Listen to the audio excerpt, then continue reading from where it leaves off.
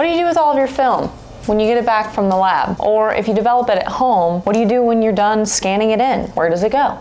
You archive it, and today I'm going to show you how.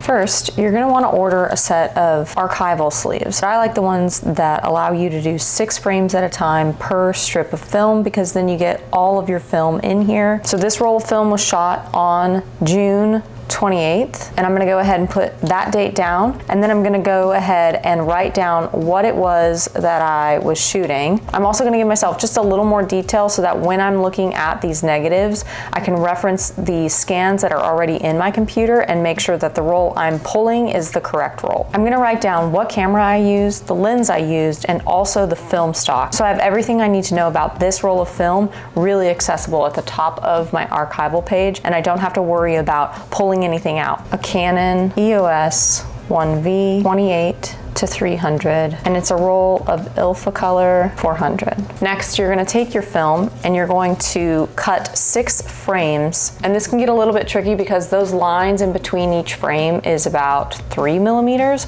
so you don't have a lot of margin for error. You want to be careful when you're doing this. We're going to count 6 frames and we're going to cut in between. 4, 5, 6, and we're going to cut on the back side of 6. Try not to touch your negatives too much while you're doing this because you want to keep any scratches from happening.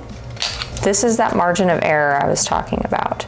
You can see at the edge of this frame, I barely have any negative space that is not the frame of the picture. So be careful when you're doing this because that's a very real possibility that you're gonna get too close to your picture and then you're gonna accidentally cut the negative. I'm gonna make sure that this last negative is all the way in the sleeve because I don't care as much if this tag end is out. That's just to help me if I have to rescan these to get it into the reel to scan it. And then you've got your first strip of 6 in your archive sleeve. You're going to finish out the roll cutting 6 at a time, 36 frames per sleeve. Each frame is going to have a number underneath it. So you're going to know which frame you're on based on these numbers at the bottom. Do be careful when you're putting the strips of film into the sleeve that you're not bending it too much because it can cause creases in the film, which will affect the way the scan comes out if you have to scan it again. That is ready to go into the binder. These are all of my old negatives. I'm going to go ahead and put this one on top, and it's good to go for a rainy day. And that is how you archive film.